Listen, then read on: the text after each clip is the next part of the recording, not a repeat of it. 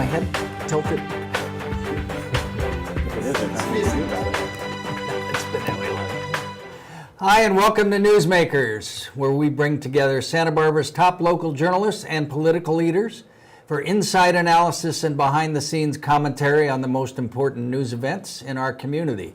I'm your host, Jerry Roberts. Tonight, our all-star panel will talk about the coverage and fallout of these stories.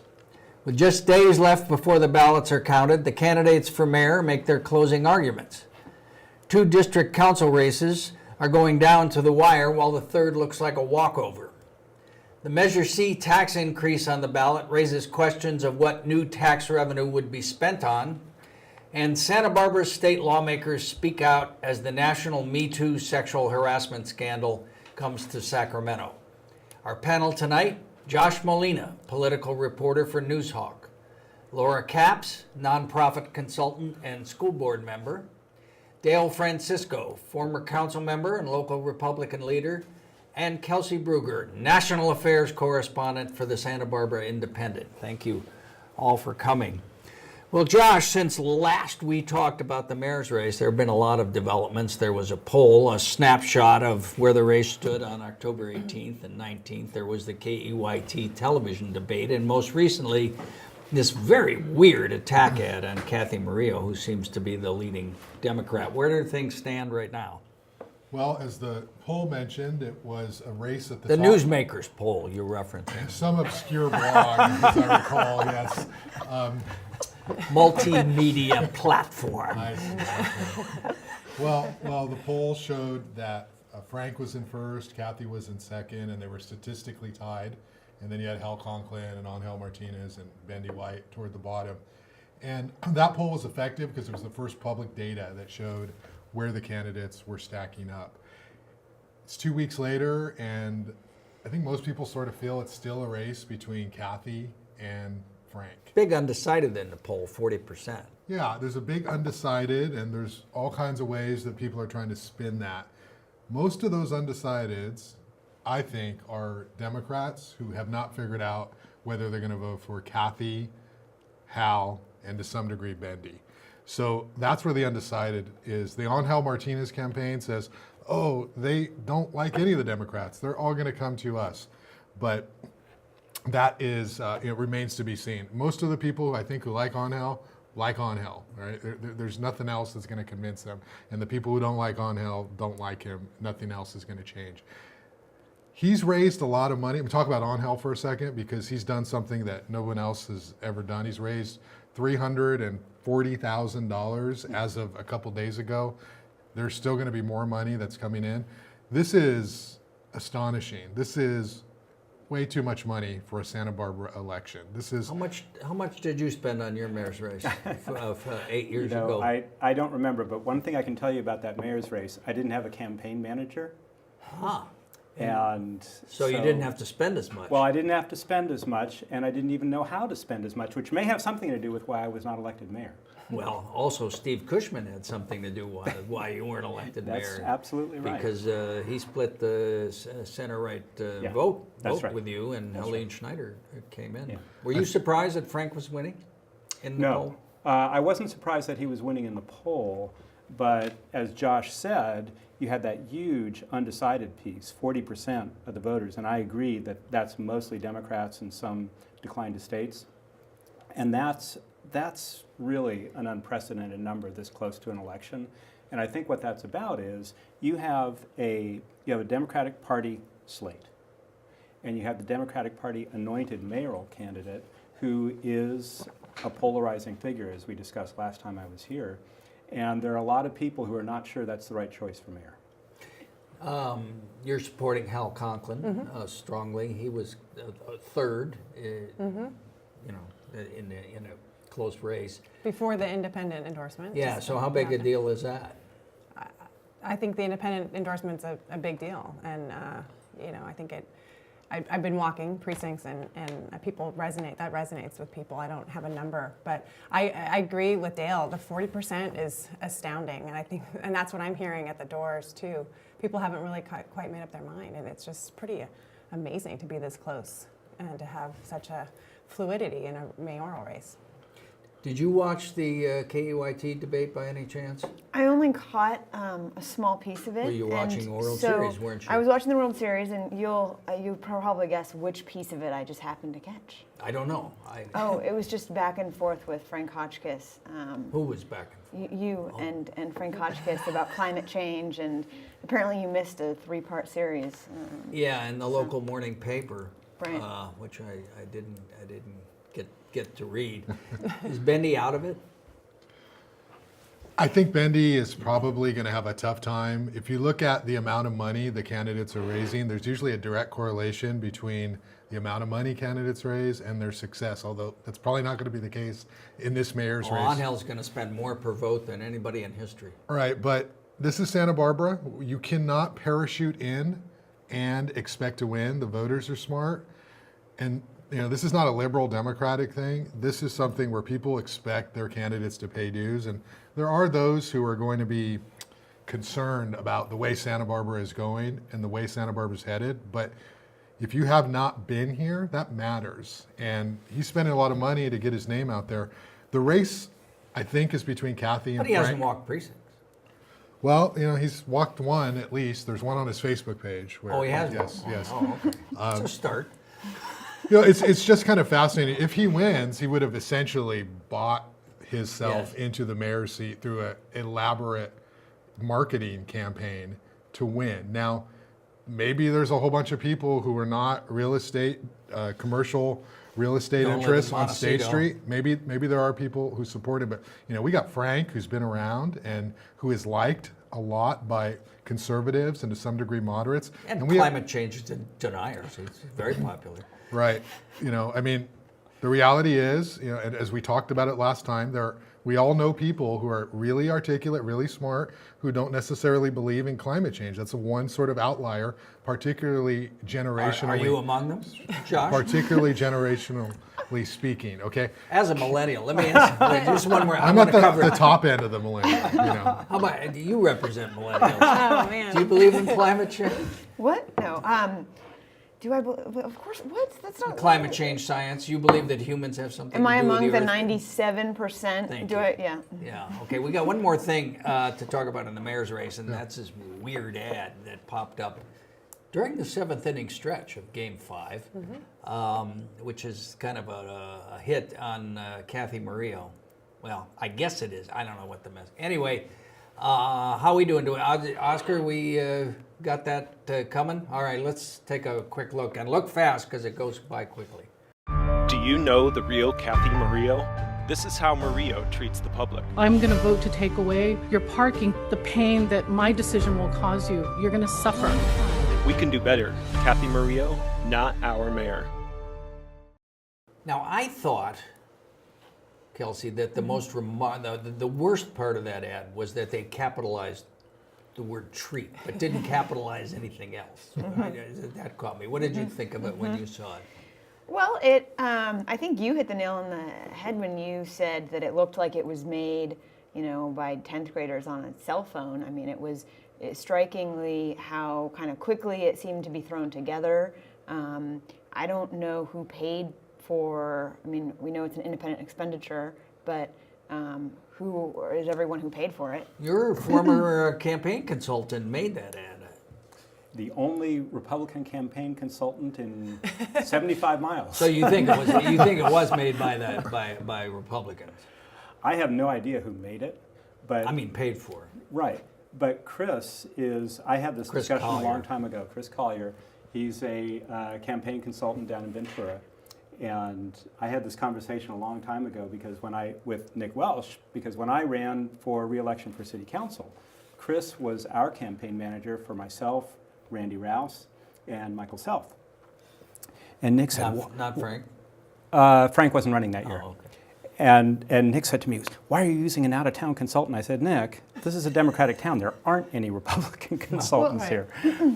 Yeah, and he's part of the Santa Barbara County Central Committee, isn't he? Who? Chris? No. He's not? No. Oh, okay. He's the executive director for Ventura Oh, I see. Central Okay. Committee. Yeah. Does you think the ad backfires? Yeah, the ad doesn't work for a couple of reasons. One, it's super mean, right? Let's be real. They have an unflattering photo of her. She does not look like that. I mean, in a moment in time, and they've frozen it. That's actually a screen grab from the Newsmakers. It's your fault, interview. Jerry. That's Your right. fault. It's taken out of context. I covered that meeting, right? And what she was trying to do was be frank with the people who were going to lose their parking. She was trying to offer some candor as opposed to, you're going to suffer because you don't deserve, Right. you know. And And it was taken out of context. And the bigger picture is whether this was done against Kathy or Frank, it doesn't matter. These kinds of negative ads, they don't really work. All they do is affirm the position of people who already despise Kathy. No one's going to look at that ad and say, I guess I'll go with Hal instead. Although, you know, if you look at who benefits, cui bono, as I think the Greeks would say, Hal benefits the most. Didn't he make that ad? no, I think I wish Clue. it's horrible ad. It's the worst. It's politics at its worst, and people don't like that. In my estimation, I think it's yet another rallying cry for her supporters to rally around. The poll was won, like, oh gosh, we got to do this, and they've been really effectively really raising alarm bells, as they should. It's very strategic. But then this is another one that they've just been given. I mean, I actually think it helps get everyone even more motivated. They're pretty motivated right now. She's got a lot of fierce support. And she's able to say, I'm the head of the pack. That's why everyone is attacking me. So. Right. All right, let's talk about the council races for a little bit. You're supporting Kristen Sneddon in the 4th and walking precincts for her. But the ballots that have been turned in so far, about 25% turnout already. If there wasn't there wasn't another ballot submitted in between. But in the 4th, a lot of Republicans, almost 1,000 Republicans. Do you think Jay Higgins sneaks in? I think Jay is a formidable candidate for sure. But I think that, we'll see after this is all said and done. But I think the whole idea about district elections was to have it not be, to really for neighborhood leaders to rise up and run. And Kristen is one of those. Jay certainly is as well in his own regard. But, Kristen has all these deep ties. So you go door to door and somebody knows her from Star King, or someone served with her father-in-law, or they like that she's Thompson, she has the late fire district endorsement, attorney. and they live in Mission Canyon and they really care about fire. So, what I'm finding, 3 things. One, it's really about very local issues, very local. Or it's about some kind of connection. Or the third is that people are undecided. So I walked Undecided in that? No, they're not undecided about, they haven't turned in their ballot because they're undecided about mayor. And so they're like, I got that a couple times, I'm voting for Kristen, and I was only going to houses where the ballot has not been turned in. And I said, well, what have you, they said, well, I don't know what I'm doing yet. So I think that there's a lot of that happening. What are you hearing about the 5th, Werner McGrew? And Let me stick to the 4th for a moment. Okay, that's Because the I want answer. to comment on something that Laura just said. It's a real interesting dynamic in San Roque because both Kristen and Jay have been very involved Yeah. with Peabody. And so a lot of the neighbors know both of them and respect both of them from that interaction. They But she's both have president of the children in board. school. But he's president of the planning commission. Not McGrew and Friedman. You're right, though. You're right. You want to talk about the 5th? One thing on 4, this is one of the bad things about district elections is that, quite honestly, Sneddon and Higgins are both really good candidates. Right. And in any other year, they probably would both get on the council. But this is, now we have to That's a good choose. point. That's interesting. So, That's a good point. So, when we're talking the years when we sweep in 3 new candidates, they'd probably be 1 and 2, in some order. Warner, We haven't mentioned Jim Scafidi. yeah, and He's got the Democratic machine behind him. to Jim's defense, he's not Hello, a, Molly. he is what he is, and he has a lot of support too. But in talking to people, I'm not walking like Laura is, but people are really excited about Jay and Kristen. These are the candidates where it Interesting. feels like the race is between. And Jay was probably going to win this thing because Kristen is dealing with the same thing the mayors are dealing with, which is Scafidi's going to get votes because every Democratic door hanger has Kathy. Oh, do Jim. people really think of Higgins as a Republican? He used to be a Republican. He's declined to stay. Has he ever been active in the Republican Party? What I would say about that is the very first time I ran for city council, nobody knew what I was, and I don't think anybody really cared Yeah. because what we were talking about was purely city issues. And I've been walking the 4th for Jay, and it's an easy sell when you explain to people who he is and what he's done, because he really is focused on city issues. And one of the things that came up for me when I first ran for city council, I had a lot of people ask me about issues like, well, what's your stand on abortion? And I'd say, well, we don't really have anything to do with that on city council. So, Laura takes But Jerry- issue with that, but we won't go into We that. could go into that. Right, what about McGrew and Friedman in the 5th? I think it's going to be a close race. I think a lot of people like Warner McGrew from his ties to the community, his name recognition, his family. He knows a lot of people, and he's working hard. Eric is the young up-and-comer. Has a lot of experience. He's super well connected. You know, I'd give the edge to Eric here in terms of voter turnout. And he's part of the Democratic machine. Yes, well, He's on the slate card. Jerry, like it or not, most of the time the Democratic machine is successful. No, in I'm not this saying town. it isn't. I'm Right. just saying that's his Although benefit. we may see that change entirely in this election, we don't know. But I think that Friedman is probably going to do enough to come out ahead. But it's close. And again, 2 qualified candidates. If you get beyond disagreeing on all of the partisan stuff, I mean, they're both qualified to be on the council. All right, I'm going to put you on the spot here, Kelsey. All right. Who do you think's going to win in the 6th? Who's running? Greg, do you think Greg's going to win? I do. Do you think he'll pull it out? I do. He has, how much more money does he have? Yeah, but that's to run is for it- Janet's seat. Well, He of said, course. I mean, I asked him Putting here. words in his What- mouth. I didn't Jerry. put words in. I said, will you pledge to serve 4 years Yeah, in the that was council? one of those And he would not. gotcha questions. Well, I mean, it's an easy answer, yes or no. I mean, come on. And he said no in about 12,000 words. Right. Well, he's not going to challenge Janet if she runs again. Yeah. But, So- but what do you hear? She's not running, right? I don't know. I don't know that. You need to get that story. Okay. And the Joan Hartman recall, we'll talk about that another time. All right, the other thing on the ballot is Measure C, which would raise the local sales tax by 1 cent, not 1%, as some would say. Right. It's actually closer to what, 13.5%? 13.5, yeah. Per percent. So the big argument against it is that it's a general tax, and it says there that general services is one of the things it can go to. And the city council has pledged that it's going to go to build a new cop shop and fix the roads. So how does that work as a practical matter on the council? How will that be decided? in practical terms, all that matters is who's on council. That's the only assurance you have. Because if it's a general tax, they can use it for whatever they want. I think there will be, for most people, there'll be a sense of obligation to spend it on infrastructure, but there's no guarantee. Even the new people coming in who Even the didn't new vote. people coming in. And then the supporters of Measure C are making a big deal about this audit, that there's going to be an annual audit in public hearings and everybody's going to have accountability. Is that serious? Is that, or is that just window dressing, do you think? They always have those. They always have those assurances. And again, Do they ever come through? oh yeah, they do. But it depends on who's on council. And if you have a majority of the people on council who are solidly behind the unions and will meet whatever wage and benefit increase demands the unions come up with, then it's out the window. Are you sure no one knew you were a Republican? Already? Did you put that in the paper? Every time I write about the race, I mention union donations. Yes. No, that he was a Republican. Didn't you cover that? I'm sure I mentioned in the paper that Dale was a Republican back in the day. I'm sure I mentioned it several times. Yes. Oh, okay. All right. So,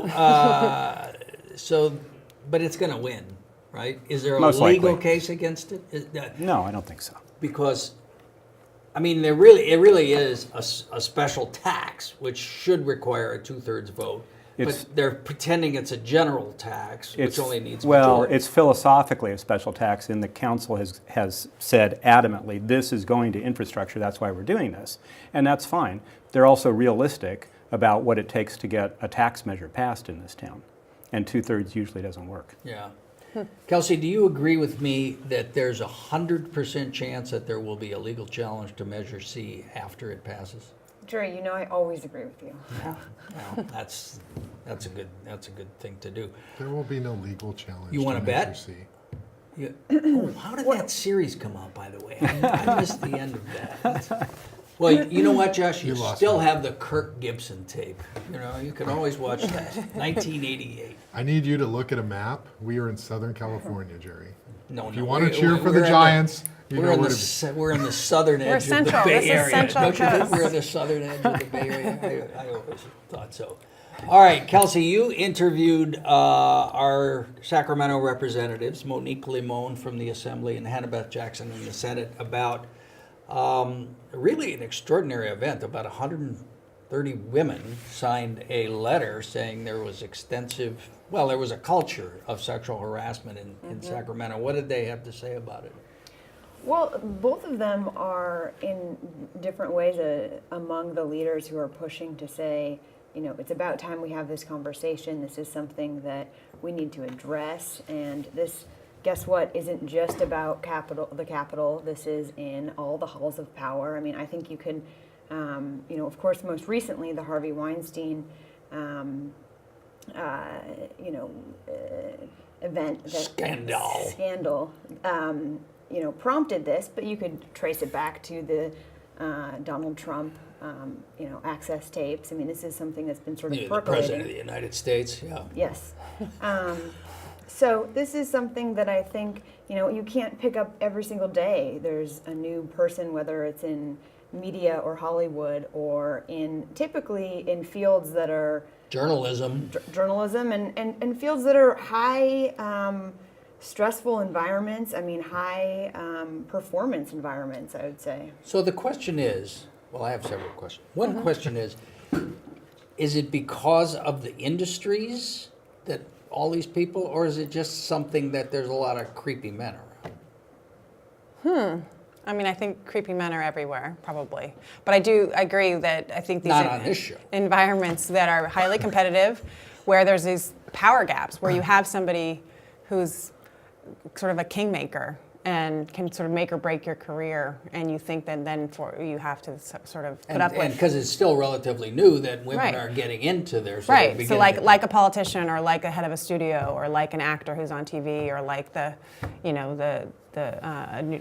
head of the newsroom at NPR, or I guess it was at the New York Times. But yeah, I think power is key to this harassment, right? So That's what it is. These industries there's a big power differential, and when you're starting out as women, you're usually in your 20s, and these men sort of behaving badly has been tolerated. And I think it's fascinating that the lid has been blown off, and I think it's not going away anytime soon. Well, here's my question, though. I covered the 1992 Senate race when Barbara Boxer and Dianne Feinstein were first elected. And it was the year of the woman. Yes. And that was coming out of the Anita Hill hearings, Yes. the woman who said she was harassed by Clarence Thomas, Right. Supreme Court Justice.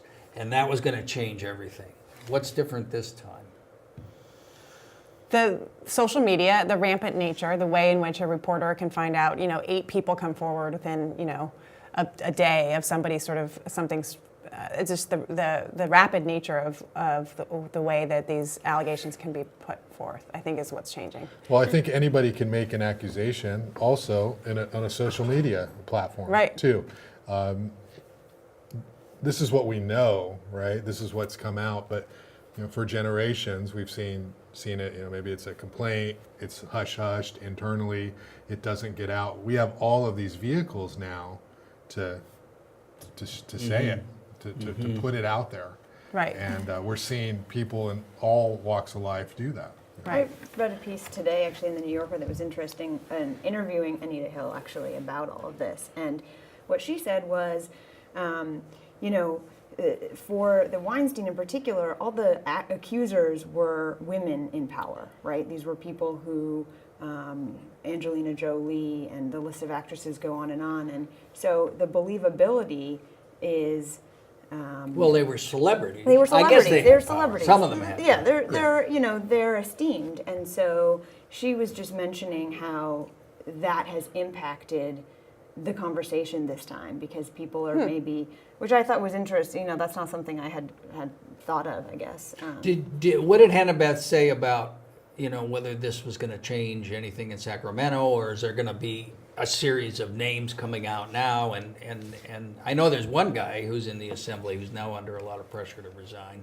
Right. What was her thought on that? I think the Senate has hired an investigator to go and look into the accusations. I think the Assembly is going to hold hearings to address the, figure out policies to address this. But, I think what they're saying is this is the beginning of a conversation that is public, and that's a good thing. You spent a lot of years in City Hall. We really haven't heard about anything like this in City Hall. Do you think that's because we've had women mayors for the last 35 out of 36 years? We've had plenty of powerful men at City Hall as well.